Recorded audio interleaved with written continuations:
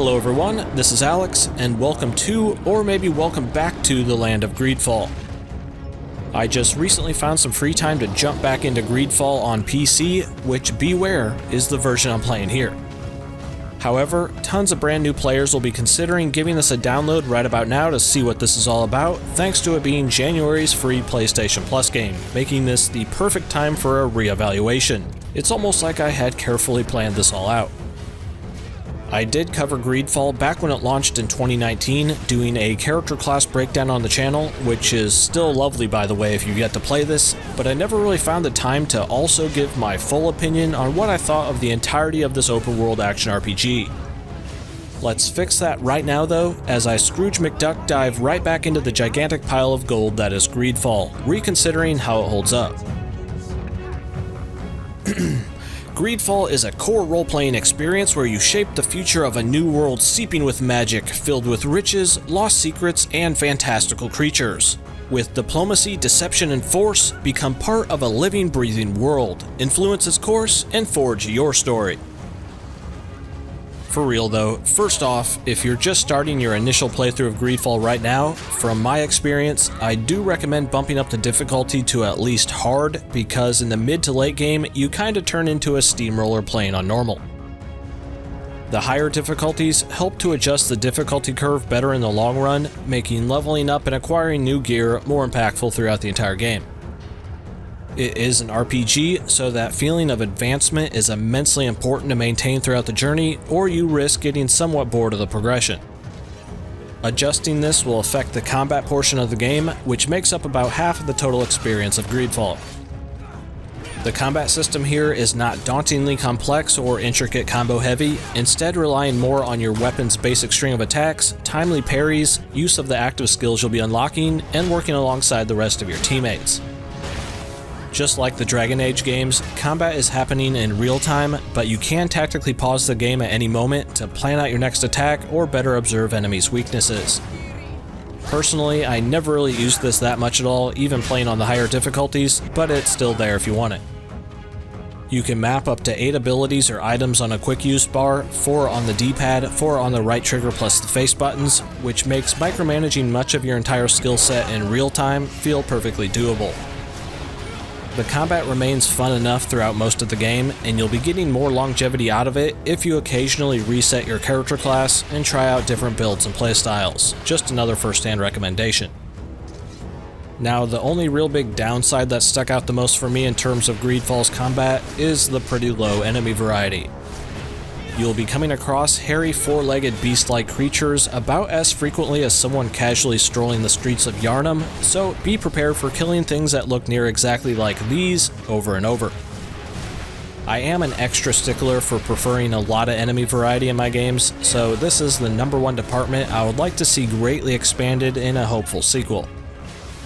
There are some really creative boss and character designs in here, but I feel like even more could be done with the Malachor affliction and mutating creatures, which is a pivotal part of the game's theme. Now, to bring this compliment sandwich I've been preparing all together, something I can wholeheartedly give a perfect double thumbs up to is Greedfall's gear upgrading system. Most all of your armors and weapons will have open slots on them where you can socket in statistical bonuses, no real surprises there. However, the attention to detail to how these all visually change the different sections of your gear makes for one of the most in-game realistic and tangible upgrading systems of any RPG. This is done so well that I have to admit to falling victim to some fashion souls, sometimes forgoing a statistical gear improvement in favor of one that makes me look visually way more dapper.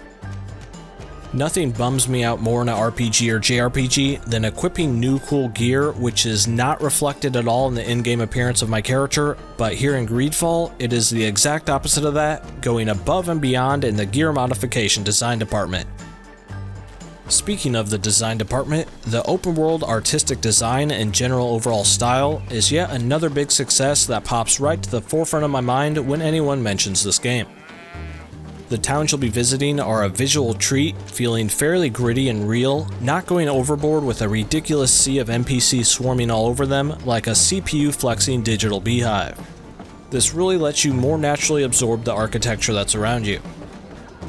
there's admittedly not a ton to be done in said towns outside of the occasional quest conversation, back alley brawl, and a few vendors and a local blacksmith, but the entire less is sometimes more approach of Greedfall makes it all feel in line with the more quaint style of this adventure. I also found the outdoor environments to be pretty enjoyable to explore thanks to their more classic RPG earthy style that doesn't overly try to wow you with gigantic purple crystal thingies piercing the horizon, giant flaming pillars of magic, and all that other fantasy RPG video gamey stuff that you've likely started to get completely numb to. Although the game world is not seamlessly one big open map, it does still manage to feel decently large since most all of the regions are fairly expansive. But to now shift gears away from the gameplay side of things, you might be curious on how the narrative is in Greedfall, so I'll now very briefly talk about it without spoiling anything. You are the chosen hero with amnesia who must seek out these 7 elemental crystals. Nope, not this time around. In Greedfall, the story is much more down to earth and sophisticated. This focuses less on universe-destroying calamities and more on small-scale faction struggles, diplomacy, and managing tough personal decisions, with some of that Malachor disease sprinkled throughout. These factions all have a like or dislike style of rating system you can influence, along with growing your affinity with each of your teammates, who can be romanced if you succeed with their associated side quests, just like how it works in real life. The story is well written and acted, setting up just enough world building while leaving tons and tons of room for more in the future, seeming like this was being planned as a future series right from the start. There are only about 5 or so new IPs that come to my mind, where when mentioned, I think to myself, yes, more of that please, that absolutely needs a sequel, and Greedfall is one of those. The first main outing shows a lot of potential, but leaves plenty of room for growth and further development of some of its systems in the future.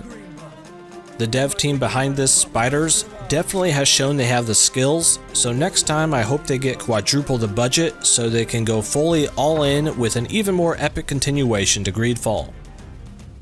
At this point at the very start of 2021, when Greedfall is either fairly discounted or even free for some, it's really a no-brainer to at least give it a fair try, because you might end up getting more into it than you would expect. Those of course were just my thoughts on it, yours might differ, but that's what the comment section is for, fanatically pushing your thoughts onto others. But for real, let me know what you think, because I will be down there exploring what you have to say. Now, if you happen to like the style of my channel, hey, consider sticking around. I cover about everything in the genre of quality-made video games. As always, this has been Alex, thanks for giving this a watch, and I'll be seeing you in the next one.